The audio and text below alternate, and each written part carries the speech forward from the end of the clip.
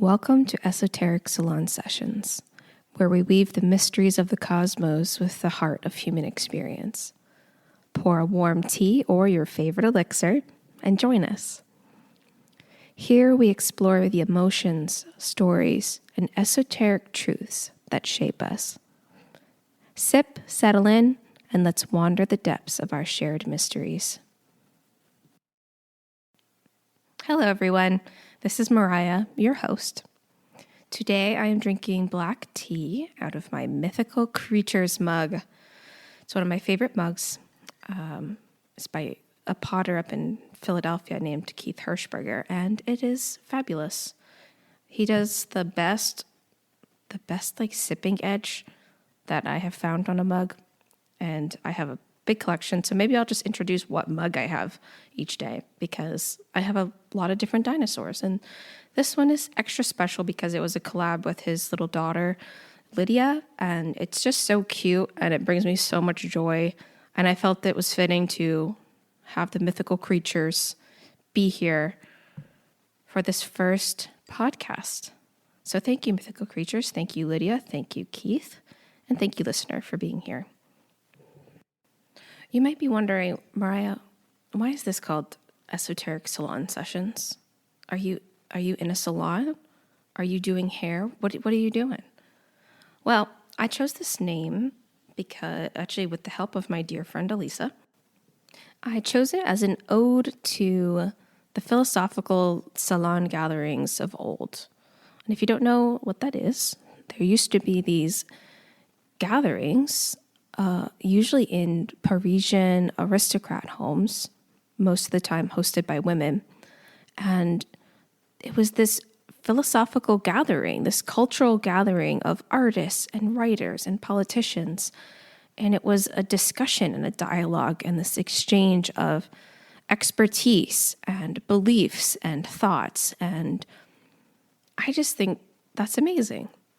And I think that having these conversations with the people in your network, the people in your circle, is so vital and so important. I think cultivating connection is so important. And in my small way, I want to create a space for that here. The other reason for the name Esoteric Salon is a nod to my time as an actual hairdresser. I met so many amazing people, and I had so many incredible conversations with people in my chair, and I'm really grateful for each and every one of you. So if I've ever cut your hair, colored your hair, did makeup, whatever, I am so grateful to you for trusting me and allowing me to help you transform something about your appearance, and also bringing me into the part that is so mysterious and special of the fact that we change your hair or we did your makeup, and it brought out these different qualities within you that were always there. And that was so inspiring to see, and I'm grateful for it. I think that's the thing that I always loved about hair, I loved about makeup, is that you change something on the outside of yourself, but it had such a profound impact on you as a person and how you felt about yourself and how you felt inside.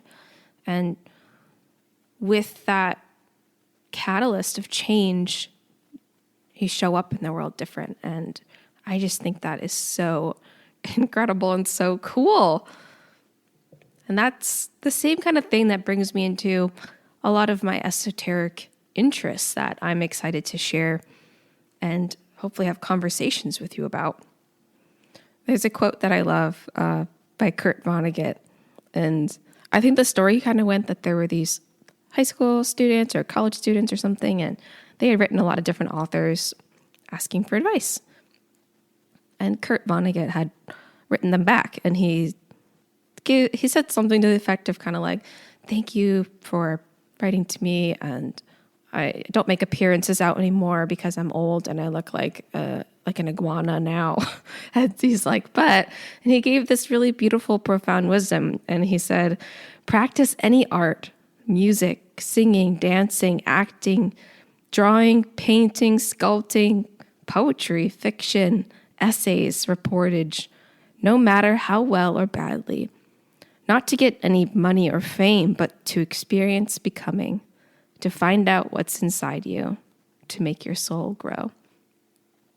If I can bring any intention into creating this podcast, it's to claim this little space in the audio world that is just a place of exploration and discovery and wondering, and that inspires you to go out and do more of the things that you love. And if you're not sure what you love, to go out and try it, no matter how well or how badly, because you're doing it to discover what you have inside of you and to experience the world and to just feel profoundly alive.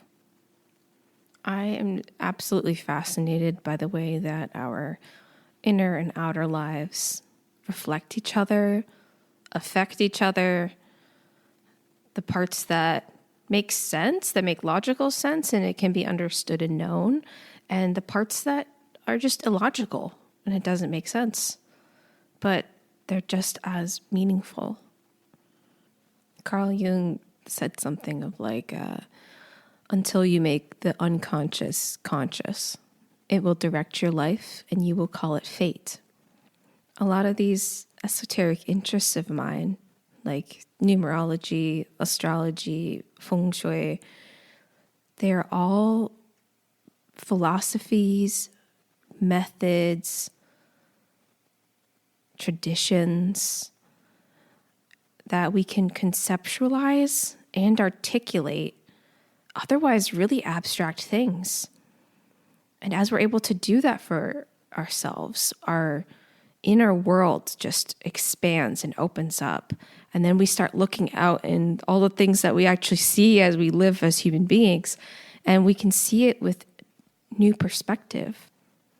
We get to see the people in our life with new eyes and connect with them more meaningfully and with more compassion and understanding. And I just think that that is so cool. And I love studying it. I love talking about it. I love experiencing it. All right, well, my cup is empty and my heart is full. So thank you for joining the very first session of Esoteric Salon Sessions. May you take each step with care and courage. And until we gather again, be well.